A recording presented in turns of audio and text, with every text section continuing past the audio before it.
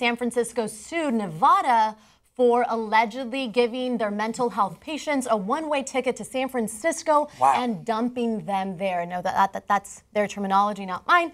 But it's something that's been going on for the last 2 years, and they have now finally settled. It looks like a settlement is in process for $400,000 that Nevada has agreed to pay to San Francisco. But just to give you some color on the horrific situation, so according to the Sacramento Bee, Nevada's primary state mental health facility had sent a 48-year-old patient on a 15-hour bus ride to Sacramento, where he arrived disoriented with no family, friends, or arrangement for housing or care. The hospital had allegedly told him to call 911 when he arrived.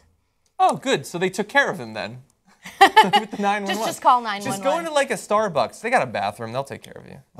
This is the Rawson-Neal Psychiatric Hospital in Las Vegas. And I mean, what part of first do no harm? Apparently, every part of it they don't get. I mean, I'm not sure. Maybe psychology's outside of that. I didn't think so. But you're going to put a mentally altered human being on a 15-hour bus ride?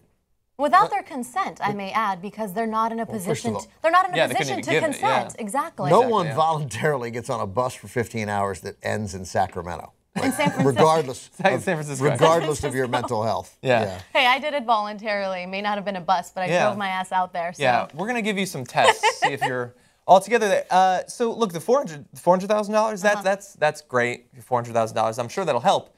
But there's no criminal charges. It's not in any way illegal. It's not breaking any law. It's not like the computer spit this out as his medicine. Someone made the decision, oh shit, we gotta save some money, get rid of him. I mean, that's something that a minor villain in a TV show does. You just ship them off to possibly die in another state? It is inhumane, but also because you're speaking of the cost, this is just a fraction of the cost. Since July 2008, Rawson-Neal Psychiatric Hospital in Las Vegas has transported more than 1,500 patients to other cities via Greyhound bus, also with one-way tickets, sending at least one person to every state in the continental United States. So it's not just about San Francisco. Yeah, I mean, all over the place. I mean, they're sending people to Maine? How long of a bus ride is that? Seriously, I don't know. To Connecticut? It's crazy that they were allowed to do that. And I wonder, perhaps this is just one truly twisted person who's in charge of this policy, but it's not impossible that other hospitals in other parts of the country are doing this. They probably didn't invent it. No, and we have this information thanks to some reporters who actually went and gathered information. They looked at bus tickets, and they really did some great investigative work. But like you said, there are likely many others, and we just don't have access to this information. Yeah, this is a great story by the Sacramento Bee. Really, just great reporting. Brian Sandoval is the governor, and you know it's his responsibility, I would say. And you know, he's one of those guys who, again, sort of takes credit, as this piece points out here. And where are we reading this from the Daily Kos? You know, that takes credit for all the federal funding he's gotten while pretending he didn't accept the Affordable Care Act. You know, but again, these guys, none of these guys want to.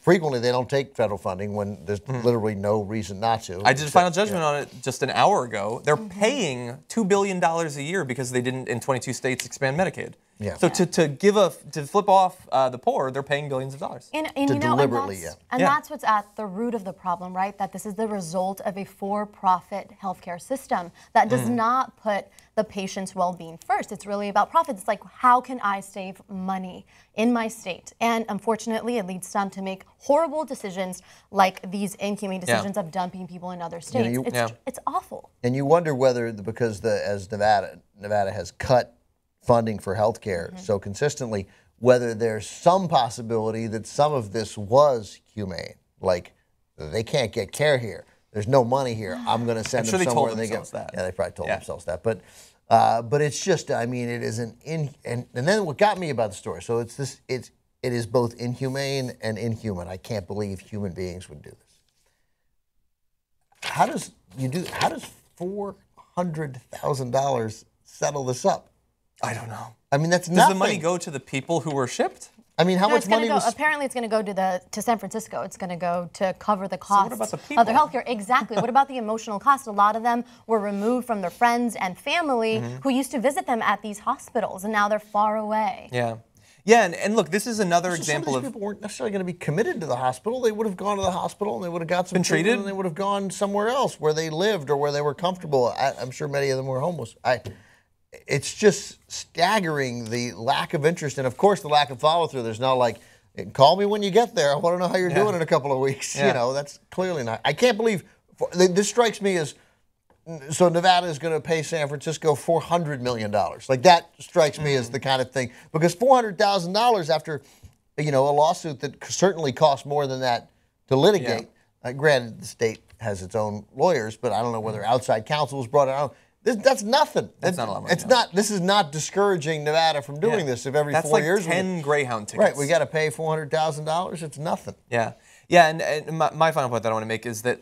Whenever these massive cuts happen that we had in Texas, they cut the ability for people who are going to Planned Parenthood. They took Planned Parenthood out of the cancer screening program they had, so that a year later, when Planned Parenthood wasn't doing as many cancer screenings because they didn't have the money, they could say, oh, look, they don't do cancer screenings anymore. And maybe some women get cancer because it wasn't detected earlier.